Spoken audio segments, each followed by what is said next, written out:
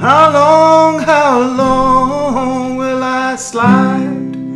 Separate my side. Ladies and gentlemen, boys and girls, the slide is over. Been listening to that song loads. Red Hot Chili Peppers. How long will I slide? Well, it's over. So, so I'm back up to 1450 in Rapid. Just played a bunch of 10-minute games. I'll show you let's have a look at my profile. On games, and it's just mainly green. Lots and lots of green. So yeah, I played a bunch yesterday. I played a bunch this morning in bed. In fact, looks like technically unbeaten on February 14th. And I've climbed all the way back up to 1450. Weirdness. But the weirdest thing of all is it seems like my opponents are making mistakes. And there's something in this, guys, there really is, right? When you are on your game, it seems as though your opponents make mistakes, and when you are off your game, it seems like your opponents play cleaner and don't make mistakes. But it's right. It's not. That's not completely true. But there is some truth in it, right? Because when you play, if you play loose and leave hanging pieces, leave the opportunities for pins and forks and skewers and all that, tactics, right? Then your opponents will be more likely to pick up on those opportunities and more likely to, punk you with tactics. It happens, right? If you are playing tight and you are coordinating your pieces and you're not leaving stuff on undefended squares and you are, being more sensible about when to attack and when to defend and all that kind of stuff, and just the simplest basic discipline of double checking, sanity checking before you make a move, right? It's just like I can't tell you what the difference is between. I sucked so hard last week. I mean, I really sucked, and then today, last 48 hours. Pretty good, not unbeatable, but I'm scoring 80 accuracies a lot of the time now, and I've climbed all the way back up. Well, not all the way back up. I've still got another 141 points to regain, but I'm going to do it. And let me tell you how I'm going to do it and how I'm going to celebrate my brain coming back on.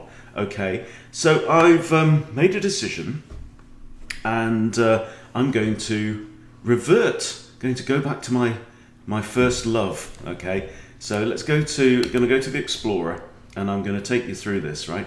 So switch to my games as white. E4, I have a 54% win rate. Okay, and let's do that.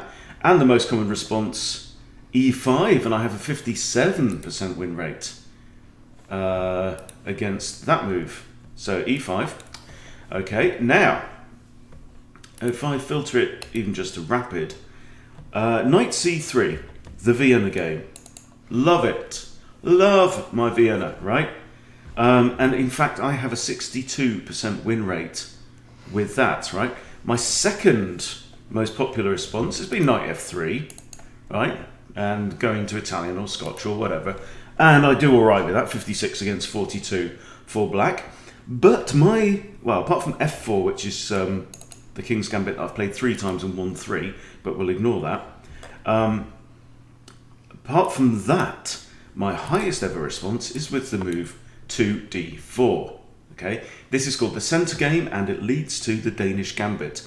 I recently watched a video where Levi Rosman and Hikaru Nakamura went through all the best known gambits, went through about 30 of them, and then ranked them as to, were they truly worth playing, or were they like one-trick ponies, or were they complete trash? And they put the Danish Gambit in the very top tier, right? As, unbeatable, or whatever they called it. And so I've made a decision that to keep the channel healthy and spicy, and for some bugger who put in the comments the other day, how are you going to improve at chess if you keep playing the same openings? Like, what? It's like, keep playing the same openings, you get really, really good at that opening, you know? So, anyway, weird. But, you know, you can get better at chess by playing chess. There's lots of ways to do it. Anyway, so what I'm going to do now is I am going to switch back to the Danish, okay? And what I thought I'd do is, every day, for however long it takes, we're going to pick a different line in the Danish gambit, okay? And I will do a video on it so that if you want to become a Danish player, if you like things spicy, okay, not sugary and cinnamon covered, that's not the kind of Danish we're talking about. We're talking about full-on Viking or Valhalla Danish, right? Raping, pillaging, that's the idea, okay? So, with this in mind, let us begin with the Danish now. So we've seen the first moves, e4, e5, and then d4. Okay, so what we're going to do is, we're going to go through now, using the Chess.com Explorer, right, for all my rapid games, okay, and we're going to pick what the Explorer says is the most common line that I've ever faced through this, and we'll see what happens, okay. I don't know which way this is going to go, but number one move is to take the pawn, okay. It kind of makes sense. There are options for black, right? One is Queen e7, and we'll look at all of these over time, but today we're not looking at the options, we're looking at the default, okay? And this is the center game, right? The center game accepted, and of course you could simply recapture with the queen, but then that's going to invite knight c6, and you've got like a kind of reversed Scandinavian thing going off. So that's not the Danish gambit. Danish gambit, as you can see here, is c3 on the next move. So it's a gambit. So what are we doing? We are tempting black to keep gobbling up pawns, in return for which, so black is going to get a material advantage, but in return, as compensation for the material disadvantage that he's giving away, white is going to get rapid development and attacking opportunity. So, if you like it spicy and hot, you know, then this is for you, or gambits are for you, right? And there are lots of equivalents to this. Like, you know, it's kind of similar in the Vienna. We're trying to tempt the pawn away from the center. So, you know, Vienna gambit. So we'll just quickly look at this. So here again, we're saying to black here, spend your next move doing this. And then we go after the knight and it has to retreat and all that kind of stuff. Or there's this one in the French that I've been looking into, right? Where you go and they play d5 and then you bring the knight out and they take and you offer Freddy again, right? And they take and you recapture with a knight, okay? So now your knights are controlling the whole center, yeah? You've got this development lead, you've got an open f-file. Right, so the Danish is similar in character to these, in style. So we offer the d pawn, right? They take, then we play c3. Okay, the most common move, d takes c3. So this is so common, particularly at lower levels. Now, probably d5 is a much better move here, right? For example, but beginners and improving players very often think, you know, sod it. This pawn it's way out in front, it's isolated, it's already doubled, you know, why not just, it's not long for this world, I might as well just grab some more material on my way out, yeah? So you grab it, right? And now, white doesn't even recapture. You can recapture, you can play knight takes c3, which is, I call it kind of a semi-Danish, right? But we're going for the full Danish breakfast here, okay? And we play bishop c4, right? And honestly, even in rapid, I mean, this is fantastic in blitz. Really is good in blitz. Even in rapid, I'm crushing, right? It doesn't matter what line here, I'm winning everything apart from bishop c5 that I've only won 1 out of 3, okay? Bishop c5 is a weird one. But we are going with the main line. So what does black tend to do? Black goes, oh, thank you very much. Pawn number 3, don't mind if I do. Gobble, gobble, gobble, okay? And now you always play, obviously, bishop takes b2. Now, here's the whole point. The whole point of the full Danish is that you have these deadlier bishops. Okay? Now, let's carry on. Because we're going, this is the main line. This is where we're starting. Okay? Bishop b4 check is the most common move. And actually, there's two really good responses here. Now, you have to notice, what do we always say? What do we always say when the bishop comes out? Right? Look at the start of the game. At the start of the game, the b pawn and the g pawn are defended only by a bishop each. So anytime a bishop flies out, right? Black Gary, is now undefended. And there's two really good moves here. We're going with the main line. Now, king f1 is actually a very, very decent move. Okay, perfectly good move here. But the main line is knight to c3. With king f1, I've played that 5 times in rapid and won 1, 2, 3, 4, 5. Yeah. But the other move is knight to c3, and I have a 78% win rate with blocking with the knight. Okay, now, carrying on main line, now we're down to 4 games. Knight f6, okay? Kind of makes sense, it's blocking this potential attack down to there, and black wants the castle, right? Now, generally, in the Danish, you very often don't want to allow black to castle, right? If you can prevent black from castling, then you should do quite well. You don't want him to get his king to safety. However, you've still got the evil bishop pair of doom slicing right across the board down at that side of the board. So, you know, so be it. And we've got this nice development lead, 3-on-2. We're close to casting ourselves.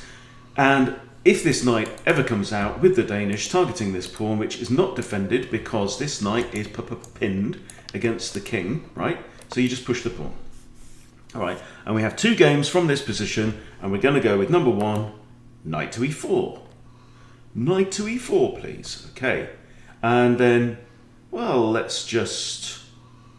I'll pull up the game itself, shall I? Why not? Let's pull up the whole game, okay? All right, so seems like we win. And this is when I was 1179, playing somebody rated 1206. Faisal code, right? From, I should know that, Jordan, right. So, off we go to Denmark. Okay. And the full Danish. Now, this is called the Copenhagen defense. And as we've seen, I block with the knight. If they take with the bishop, you just recapture, and look, you know, the bishop's just deadly, so they absolutely should not take there. He brings out his knight, I push the pawn, okay, to trouble the knight. Knight can't come to here, obviously because bishop just takes, but it can go there, which he does in this instance. So, we have an issue, right? We've got 2 attackers on this knight here already. So, what we want to do is we want to defend the knight, but we are in full-on Viking Berserker mode. So, can we defend the knight, which is pinned and cannot run away, right? And create a threat at the same time? Well, here comes one of the signature moves in the Danish. Queen b3, lining up with the light squared bishop against f7. Big threat, okay? So now black castles, resolving the threat. We have 1, 2, 3, 4 pieces out on the board. Black, though, is kind of equal in development with 2 pieces in the board and has already castled, okay? Oh no, my bishop, right? So we're attacking the bishop, we're defending the knight and doing that. I didn't even notice, right? We win a bishop. Knight takes knight. Why? You've just lost a piece, right? Don't go trading off other pieces. I think bishop takes here. Bishop takes is best, yeah. Okay, now he starts pushing stuff for reasons best known up to Faisal. And we develop the knight. Obviously, we want to get castled. Rook comes there. We're not bothered, right? He's got 2 attackers, 1 defender. No, 2 defenders, we're all fine. Okay. And now the pawn comes flying out. Drops back, and there's a big threat here. Okay, bishop takes f7. Check with a fork on the rookie rook. And do we trade off? No. Okay, we go first of all for the pawn. Okay, just want to open things up. When you've got this bishop pair, the evil twins, right? You just want to clear the board. You want to swipe everything onto the floor, and just then throw the kitchen sink at Freddie, really. So he pushes a pawn, actually opening up a vulnerability on the rook, possibly. I play rook a to d1, protecting the d pawn.